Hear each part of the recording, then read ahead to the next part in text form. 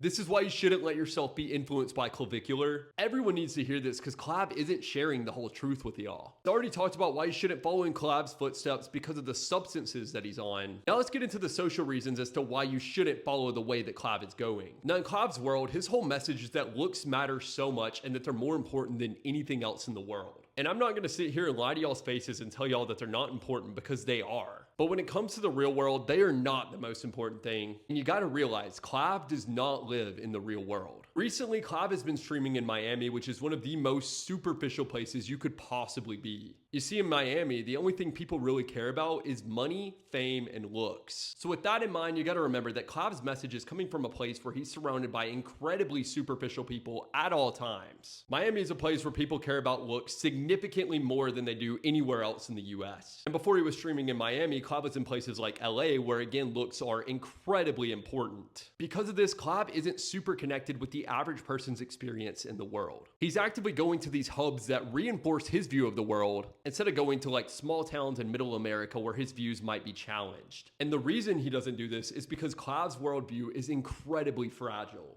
Let's take the Marlon incident, for example. When someone said that Marlon mogs Clav, Clav's response was, oh, well, Marlon's black.